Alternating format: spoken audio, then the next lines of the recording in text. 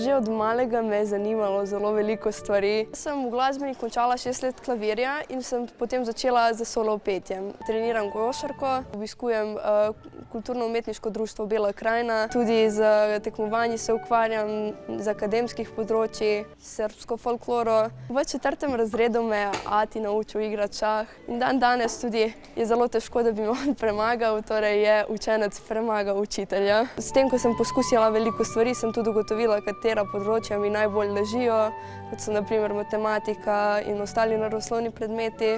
To so taki predmeti, ker meni fajn kliknejo, delujejo na logiki in razumevanju in se ne rabim toliko učiti, ko jih takoj že razumem. Več stvarmi, kot se ukvarjaš, tudi manj prostega časa imaš, tudi zna biti zelo naporno, ampak se trudim, da si ne nakopljem preveč vsega, da ne zgorim preprosto. Tudi ko se počutim, da mi je preveč vsega, tudi moram kaj odstraniti. Malo sem bila utrujena, pa energije manjkalo. Sem želela, da se malo bolj sprostim. Včasih se tudi bojim teh pričakovanj in delo pod pritiskom. Manj pritiska, kot je, boljše mi gre.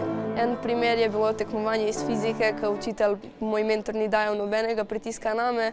Sem celo sama sebe presenetila, ko sem osvojila zlato priznanje na fiziki. Moji starši me zelo radi podpirajo in pritiska ne dajo toliko name. Mi še večkrat povejo, da tudi če kaj spodleti, da ne bo nič narobe, da se ne bo svet porušil. In edino, kar ljudje vidijo, je uspeh na koncu, ampak veliko ljudi ne vidi, koliko truda in dela je treba vložiti v to.